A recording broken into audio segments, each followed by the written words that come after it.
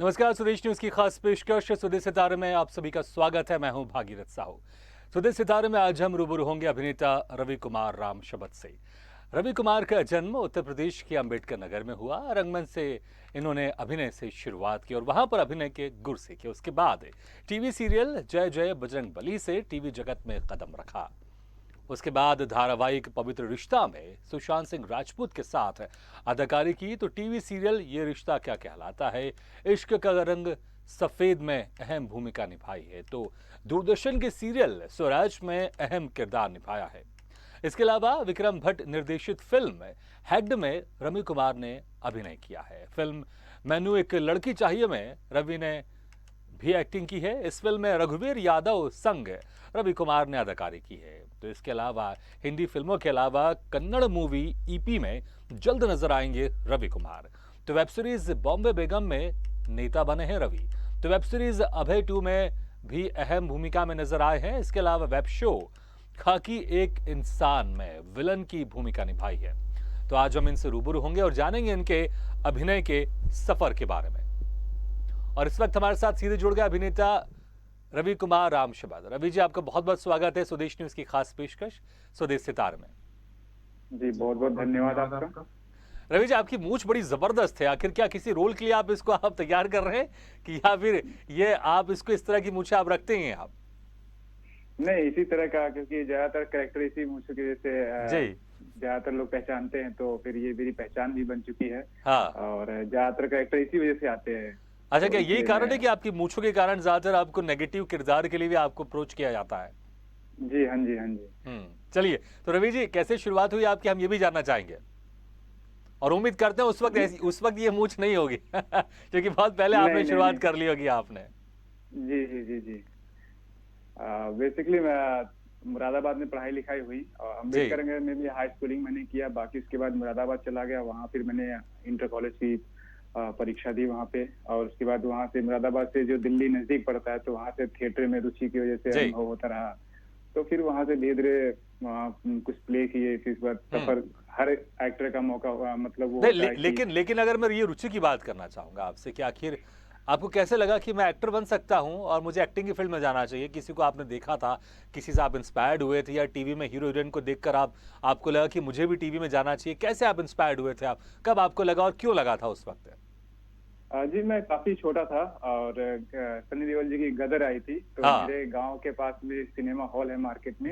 उसकी आवाज इतनी तेज होती थी कि मेरे घर तक आती थी इसकी आवाज, जो फिल्म की। अच्छा। तो क्योंकि रात में बहुत सुनसान पड़ जाता है गांव का इलाका, आपको पता ही होगा, तो आवाज बहुत आती थी। तो उस चीज से इंस्पायर हुआ। और उसके बाद कॉलेज, जब मैं 7वीं या 8वीं क्लास में था, उसके बाद मैंने फिर प्लेस भी किए, बहुत सारे जो एनुअल फंक्शन होते हैं उसके। तो फिर धीरे धीरे रुचि होती रही। फिर उसके बाद सफर स्टार्ट हो गया कि हाँ भाई मुझे करना चाहिए।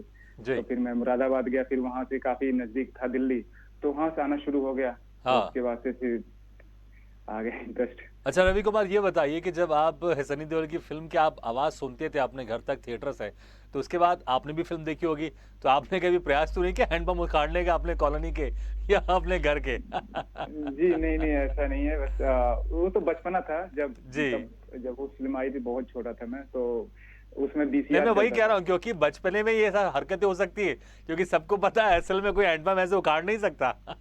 जी, लेकिन वो काफी रियलिस्टिक लगता था कि हाँ यार ये कर सकते हैं, वो कि हाँ कि सनी पाजी ये कर सकते हैं। हाँ, तो उनके अलावा और कोई ऐसा नहीं कर सकता है। तो फिर उसके बाद कॉलेज में एनुअल फंक्शन में स्टार्ट हो गया, मतलब प्लेस के लिए बोले थे प्लेस करो, तो उसमें मैंने हिस्सा लेना शुरू कर दिया।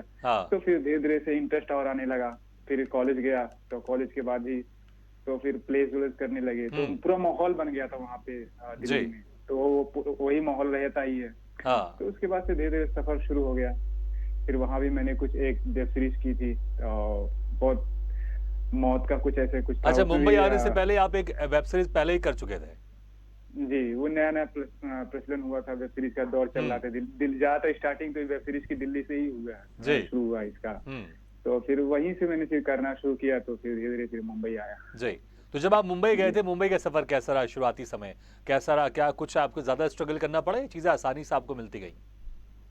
जी, स्ट्रगल तो मेन चीज यहाँ मुंबई आने में दिक्कत होती है रहने खाने की, तो मुझे उसकी दिक्कत नहीं थी क्योंकि मेरे यहाँ पे चाचा चैम्बूर में रहते थे। उनका हम्म। वो मिलिट्री में है, तो उनकी कॉलोनी मिली हुई थी, तो मुझे वहां अच्छा। पर रहने में कोई दिक्कत नहीं है। लेकिन हाँ, स्ट्रगल करना, वहां से आना, अंधेरी का इलाका, हाँ। कुछ पता नहीं था कहाँ जाना है, क्या करना है। हम्म। तो धीरे धीरे बस सुबह से निकलता था, शाम को फिर 10-11 बजे घर पे जाता था। जी। तो फिर यही ढूंढ ढूंढ के रास्ते खुद निकालना, हम्म। फिर ऐसे सफर शुरू हुआ।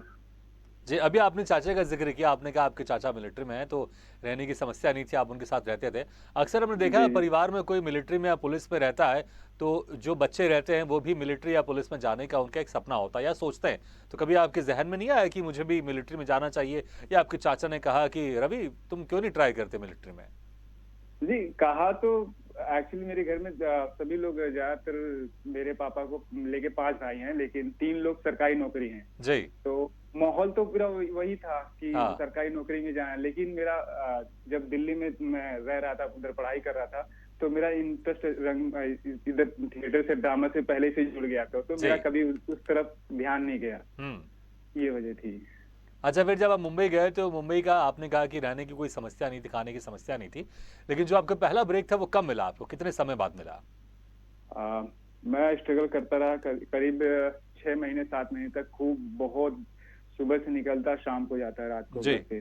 तो 6 महीने तो बहुत दिक्कत हुई। फिर उसके बाद घर वाले भी बोलने लगे क्या कर रहा है, क्या नहीं कर रहा है, क्योंकि काम तो मिलता नहीं था। हाँ। बस जाओ, सुबह जाओ, स्ट्रगल करो, फिर ऑडिशन दो, दे के चले आओ। तो हाँ। फिर ऐसा चल रहा था। फिर एक बार जाके कोई कास्टिंग मिला कि हाँ ठीक है, मैं लुक अच्छा लगा, तो जी। फिर मैंने पोर्टफोलियो भी बनवाया उसके हम्म। बाद। तो फिर उन्होंने भेजा, फिर मुझे बड़ौदा में जाके शूट किया, जय जय बजरंगबली। वहां हाँ। पे शूट करके आया, पहला मेरा इम्पैक्ट था बहुत। आई कांट इमेजिन, मतलब इतना पहली बार लाइफ का एक कैमरा जो फेसिंग होता है, क्या हाँ। देखा जाता है, कैसे क्या होता है, तो लाइफ का एक्सपीरियंस ही बहुत ही अलग था वो हम्म। पहले। क्योंकि लाइफ में पहले कभी भी मैंने कैमरा उस तरीके से फेस नहीं किया होता। दिल्ली हम्म। में किया हुआ था, लेकिन बट वो माहौल नहीं था जो यहाँ पे आके जो रियल चीज होती है, जी। कि सेट एक बनाया होता है, माइथो हिस्टोरिकल सेट जो कैसे होता है, उस चीज को जानने में, मतलब देखने में अलग ही वो बात रहती है। बिल्कुल, जब हिस्टोरिकल प्ले होते हैं तो उसमें एक एक अलग ही अंदाज होता है, क्योंकि उसके सेट बड़े बड़े होते हैं, कॉस्ट्यूम्स उसके जी डिफरेंट जी तरह की होती हैं। आप इसमें क्या बने थे, जी आप जी। क्या कैरेक्टर किया था आपने इसमें? इसमें ऋषि बना था मैं। अच्छा, तो ऐसे बड़ी बड़ी आपकी दाढ़ी होंगी, बड़े बड़े बाल होंगे जी, आपके। ये बड़े बड़े हाँ। अलग, मतलब यंग, मतलब कभी यंग का दिखाया, फिर इसमें हाँ। बूढ़े का भी दिखाया। तो हर तरह के इसमें थे अच्छा, शूटिंग वेरिएशन। करते समय कैमरे के साथ जब आप खड़े थे तो इतने बड़े बड़े दाढ़ी में, वो खासकर जो नकली, क्योंकि वो स्पिरिट गम से चिपकते हैं, तो खुजली नहीं मचती जी होगी अंदर? जी, शुरू शुरू में दिक्कत हुई कि मतलब क्या चीज है, फिर हाँ। उसके बाद धीरे धीरे धीरे उससे हैबिट पड़ गई कि जी। चलो भाई यही तो हमारा काम है। हम्म। फिर उससे धीरे धीरे प्यार होने लगा उस हाँ। चीज से। अच्छा, उसके बाद फिर कैसा रहा सफर आपका, क्योंकि जो हमें पता चला है कि जो पवित्र रिश्ता है जिसमें सुशांत सिंह राजपूत मुख्य भूमिका में थे, आपने उनके साथ भी अभिनय किया है, तो कैसे इस धारावाहिक में जुड़ना हुआ और कैसा एक्सपीरियंस था उनके साथ? उनके साथ एक्सपीरियंस बहुत अच्छा था, और काफी वो बोलते हैं हम्बल नेचर के हैं। हम्म। ना कोई मतलब कुछ नहीं। साथ में सीन था, उनके घर खाली कराना था, तो मैंने घर उसमें विलन का काम किया हुआ था। अच्छा। तो वो किया, अपना शॉट दिया। फिर हम्म। उनसे मिले तो हाथ हाथ मिलाया, तो बहुत अच्छे थे। तो बोला बस कीप इट अप, लगे रहो, आगे बढ़ो, बस हम्म। यही शुभकामना है। तो अच्छा, जब आप बहुत उस अच्छा वक्त उनका उनसे मिले नेचर। थे सुशांत सिंह राजपूत से, आपको पता हुआ कि आगे चल के बॉलीवुड की भी एक सुपरस्टार बन जाएंगे, उस वक्त बातचीत में आपको कभी एहसास हुआ कि आगे चल के एक सितारा बनेंगे फिल्म इंडस्ट्री का? उस टाइम बातचीत हो रही थी, लेकिन इतना पता था कि उनकी फिल्म आने वाली है। अच्छा, आने वाली आपको और पता था उस वक्त? हाँ, क्योंकि वो बता रहे थे सेट पे, सबको पता होता है कि शूट पे कि उनकी एक जी। फिल्म, क्योंकि वो प्रतिष्ठा वो छोड़ने ही वाले थे, तभी उसी ओके। टाइम का आप शूट था मेरा। हम्म। क्योंकि बीच में वो ड्रॉप कर दिए थे जब उनको फिल्म मिली थी, तो जी। इतना पता था कि वो फिल्म छोड़ने वाले, और फिल्म की शूट चल रहा है, हाँ। और जल्दी फिल्म आने वाला है। जी। जी, इतना मुझे पता था। हाँ। अच्छा, आपने उनके साथ काम किया है, आपने उनके साथ बैठे भी, बातचीत भी की, जब पता चला आपको उनकी मृत्यु के बारे में, उनके आकस्मिक निधन के बारे में, तो उस वक्त क्या रिएक्शन था आपका? और उस समय तो मैं मुझे बहुत लगता है डिप्रेशन में आसानी से चला आपको गया था। आपको यकीन नहीं हो रहा होगा, आपको लग रहा हो शायद फेक खबर है। अक्सर खबरें ऐसे सोशल मीडिया पे चलती जी रहती जी हैं। जी जी जी, बहुत। मैं उस टाइम लॉकडाउन में मुंबई में ही था, मुझे हम्म। सुन के बहुत शॉक हुआ, बहुत डिप्रेशन में चला गया कि मतलब एक यंग, जो हमारे जो बोलते हैं जैसे उस टाइम पे अमिताभ बच्चन थे, वो रुतबा इनका हो चुका था सुशांत जी का। तो वो अचानक से सुनना, और उस टाइम यकीन नहीं मानेंगे, जहाँ पे मैं रहता हूँ मुंबई में, वहां पे ऐसा माहौल बन गया था कि लगातार सुसाइड के केस आ रहे थे। जब सुशांत सिंह राजपूत का सुना तो ऐसा जब आया तो ऐसा लग रहा था कि हर दूसरा तीसरा बंदा डिप्रेशन में जा रहा है, दूसरा तीसरा अभी कोई कोई ना सुसाइड कर ले, ऐसा यहाँ पे माहौल क्रिएट हो गया लॉकडाउन के टाइम पे। बहुत डर लग रहा था कि अभी कुछ कहीं कहीं और किसी का न्यूज न सुन ले, कभी अपने साथी का न्यूज न सुन ले। तो इस तरह का माहौल हो गया था, वो बहुत ही भयानक था। उसको इमेजिन करने से ही वो रूह कांप जाती है। नहीं बिल्कुल, क्योंकि वो लॉकडाउन का समय, ऊपर से जब एक ऐसी खबर सुनने को मिले तो रूह तो वाकई कांपेगी, क्योंकि लॉकडाउन के समय सब जगह सन्नाटा रहता है, आप बाहर निकल नहीं सकते। तो वो एक अलग ही उसमें एक फीलिंग्स होती हैं जो बहुत बहुत ख़राब फीलिंग होती है कि सब तरफ सन्नाटा है, आप बाहर नहीं निकल पा रहे हैं और तमाम तरह की परेशानियां हैं, काम नहीं आ पा रहा है और बहुत सारे लोगों को फाइनेंशियल प्रॉब्लम है। तो आपका कैसे ये वक्त गुजरा जो 2 साल तकरीबन, या कितना समय लगा? 1 साल लगा आपको? कितना समय लगा लॉकडाउन के बाद फिर से काम शुरू होने में, और कैसा था वो लॉकडाउन का समय? लॉकडाउन का टाइम यही था कि पहले तो शॉकिंग जब न्यूज सुना था तो फिर उसमें चला गया कम से कम 5-6 महीने ऐसे ही, कुछ समझ नहीं आती। उसके बाद अपने फिर काम में लगना शुरू हुआ, फिर बुक्स पढ़ने, रीडिंग करना, और इसके अलावा कुछ कर भी नहीं सकते थे। तो अपने ही काम में फिर खोना शुरू हो गया। फिर धीरे धीरे आने लगा फिर काम की, हाँ अभी शूट होने लगा है, धीरे धीरे खुलने लगे। तो काफी धीरे धीरे टाइम लगा थोड़ा सा आने में। जी। उसके बाद की, लॉकडाउन के पहले और लॉकडाउन के बाद की जो शूटिंग है उसमें क्या आपने डिफरेंस देखा, क्या महसूस किया आपने? लॉकडाउन के पहले ऐसा शूटिंग में कोई बंदिश नहीं थी, कोई किसी प्रकार की दिक्कत नहीं, सब लोग शूट करते अपने मस्ती से शूट करते थे, सब कुछ नहीं। लेकिन लॉकडाउन के बाद में थोड़ा सा प्रिकॉशन के लेके वो हो गए थे कि भाई आप एक क्राइटेरिया होता है मास्क लगाना है हमेशा, जब शॉट देना हो तो आप मास्क निकाल के जाओ। तो मुझे लगता है खुल के जो यूनिट में जो मस्तियां होती होंगी, जो खुल के जो काम होता होगा, थोड़ा सा वो बंदिशें रहती होंगी कि आप बैठने से पहले भी आप थोड़ा सा डिस्टेंस। अभी नॉर्मल हो गया है मुंबई में शूटिंग में सारी चीजें, कि अभी भी थोड़ी बंदिशें हैं? नहीं, अभी नॉर्मल हो गया है, मतलब उतना नहीं है जितना 100% था, लेकिन अभी नॉर्मल, अभी धीरे धीरे होते जा रहा है। अभी ऐसा है। चलिए, अच्छा आपकी फिल्मों की सफर की शुरुआत कैसे रही? कौन सी फिल्म थी जो आपने पहले किया और कैसे उसको मौका मिला? क्योंकि आपने कई फिल्में की हैं जिसमें हैग्ड भी की है, विक्रम भट्ट की जो निर्देशित फिल्म, तो कौन सी फिल्म थी? ये पहली फिल्म थी आपकी हैग्ड? नहीं, ये दूसरी फिल्म थी। इससे पहले मैंने रघुवीर यादव जी के साथ में किया, मैनू एक लड़की चाहिए। ये टाइटल पंजाबी बट लगता है कि मैनू एक लड़की चाहिए लेकिन हिंदी मूवी है ये। तो उनके साथ बहुत अच्छा एक्सपीरियंस है रघुवीर यादव जी के सर में, साथ में उनको, क्योंकि बचपन से मैं देखते आ रहा हूँ उनके, जो उनकी जो कला है उनका, मैं बहुत हार्ट फैन भी हूँ उनका मैं, और उनके एक्टिंग का। और वो थिएटर की दुनिया में बोले तो बहुत अलग ही लेवल के वो इंसान हैं, जो थिएटर से जमीन से जुड़े हुए हैं। तो उनके साथ काफी टाइम गुजारा और बहुत अच्छा रहा एक्सपीरियंस। और वो फिल्म मिली थी मुझे एक दोस्त के साथ में चला गया था वहां पे। तो पहले ऐसे गया तो उन्होंने रिग्रेट कर दिया, क्योंकि मैं लुक थोड़ा कुछ खास नहीं था, मैं ऐसे ही चला गया। अच्छा। फिर उसके साथ में फिर उस दोस्त का एग्रीमेंट था मेरा। तो वो बोला कि चल तू भी चल ले यार, एक बार देख ले क्या होता है। तो उसने क्या बोला, थोड़ा सा अपना थोड़ा हुलिया सही कर ले। और मैं थोड़ा सा स्टाइलिश कपड़े पहन के गया, तो सामने से उन्होंने ऑफर किया कि आप मेरे फिल्म में एक रोल है, आप करना चाहेंगे? तो मैंने बोला हाँ श्योर, क्यों नहीं, क्योंकि पहली बार गए थे तो रिजेक्ट कर चुके थे कि अच्छा, पहले आप जा चुके थे और आपको रिजेक्ट कर दिया था?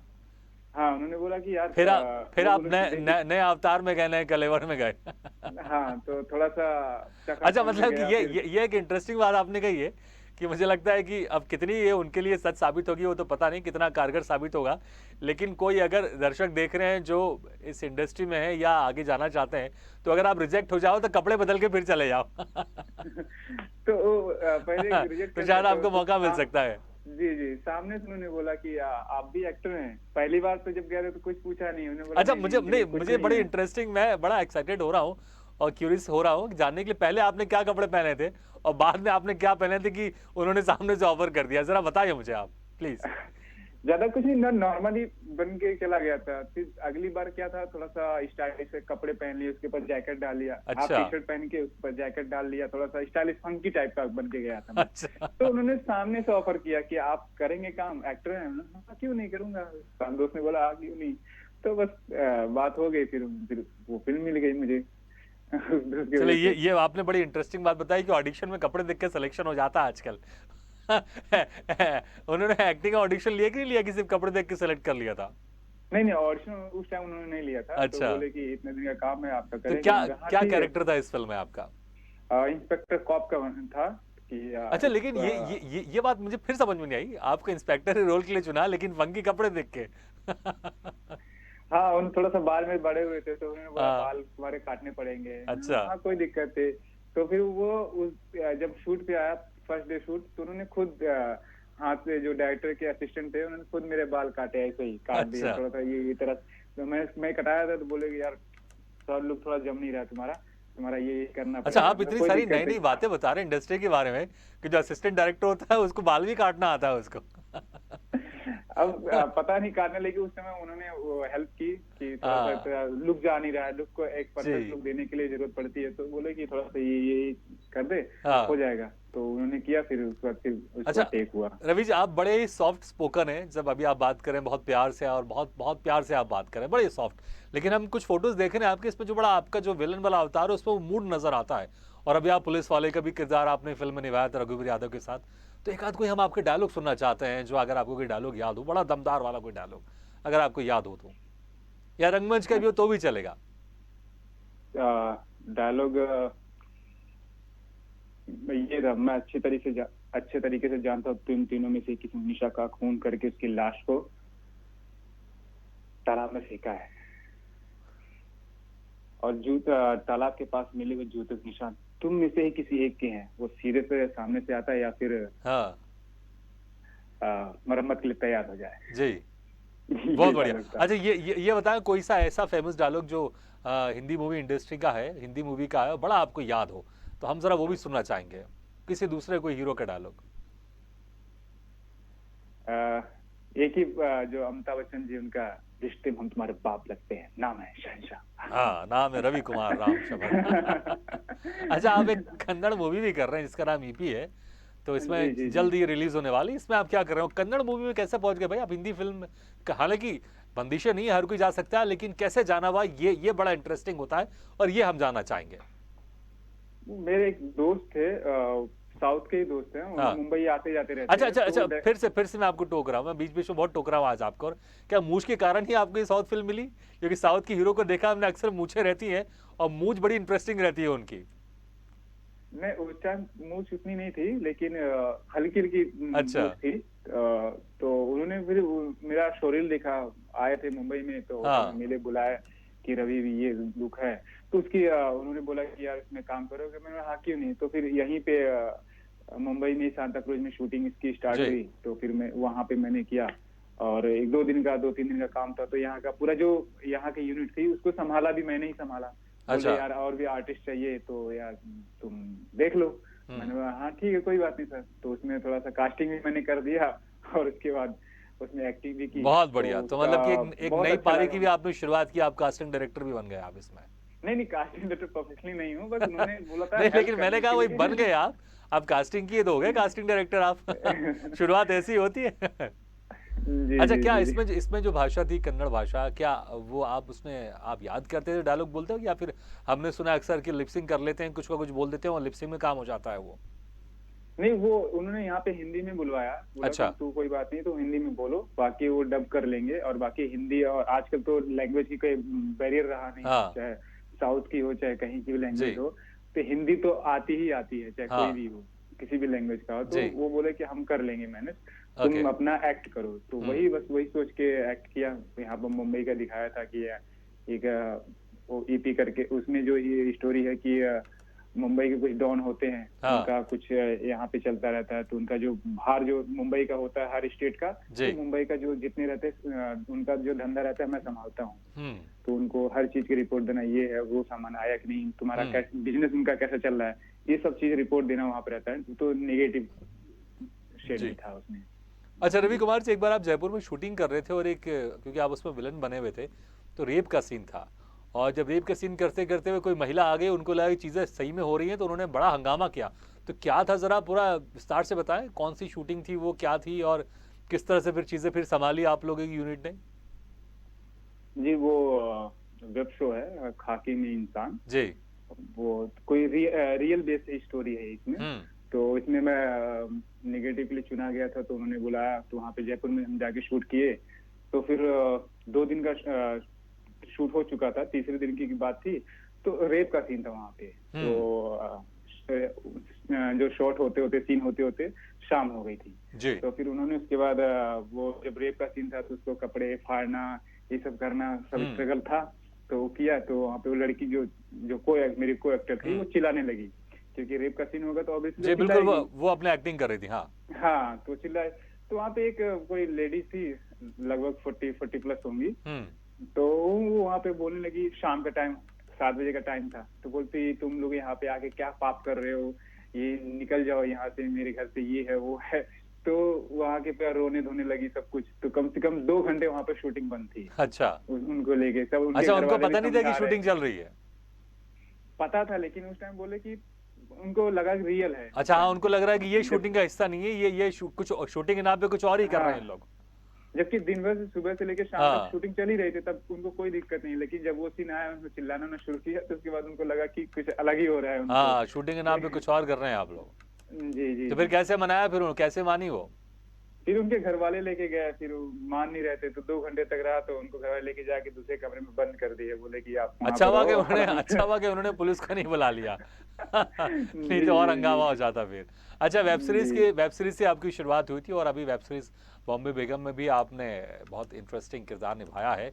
इसमें आप नेता बने हैं, तो कैसा जी इसमें आपका एक्सपीरियंस था, ये भी जानना चाहेंगे आपसे। जी। इसका एक्सपीरियंस भी बहुत अच्छा था। ये मुंबई में ही शूट हुआ, और इनके डायरेक्टर हैं अलंकार श्रीवास्तव जी मैम। जी।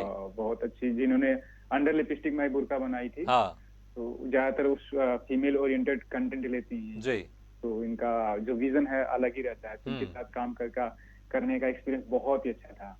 तो इसमें वही पॉलिटिकल लीडर का काम था, और बिल्कुल, नेगेटिव अभिनेता से था। नेता बनने की भी आपकी ख्वाहिश पूरी हो गई इसमें। अच्छा, जी फिल्म हैक भी किया आपने, विक्रम भट्ट की है, बड़े जाने माने जी डायरेक्टर है, उनके साथ काम करने का एक्सपीरियंस कैसा था और क्या किरदार था, शॉर्ट में बताइएगा क्योंकि समय कम है हमारे पास। जी। इसमें यही कॉप का था इसमें भी, जी। इस मूवी में। इसमें भी आप जी पुलिस इंस्पेक्टर बने थे आप। जी, इसमें काम करके इनके साथ बहुत, इनका तो अलग ही एक्सपीरियंस रहता है। हर डायरेक्टर का अपना एक जोन होता है। तो जी। विक्रम भट्ट के साथ इनका भी सर इनका अलग जोन है। तो इनके साथ हर जोन में अलग अलग रहता है। तो हाँ। एक एक शॉट देखना परफेक्टली कैसे क्या होता है। तो बहुत मजा आया इनके साथ काम करके। चलिए बढ़िया। रवि जी, आपके भविष्य के लिए आपको बहुत बहुत शुभकामना। आप ऐसे ही इंटरेस्टिंग आप कैरेक्टर करते रहिए और कोई बीच में आके आपको परेशान ना करे जैसे इन महिलाओं ने किया था शूटिंग के समय। और बहुत अच्छी जो भी आप कैरेक्टर करना चाहें वो सारे कैरेक्टर आप करें। इसके लिए आपको बहुत बहुत जी शुभकामनाएं। वक्त निकाल कर आपने हमारे इस कार्यक्रम में शिरकत की, इसके लिए शुक्रिया। जी, बहुत बहुत धन्यवाद।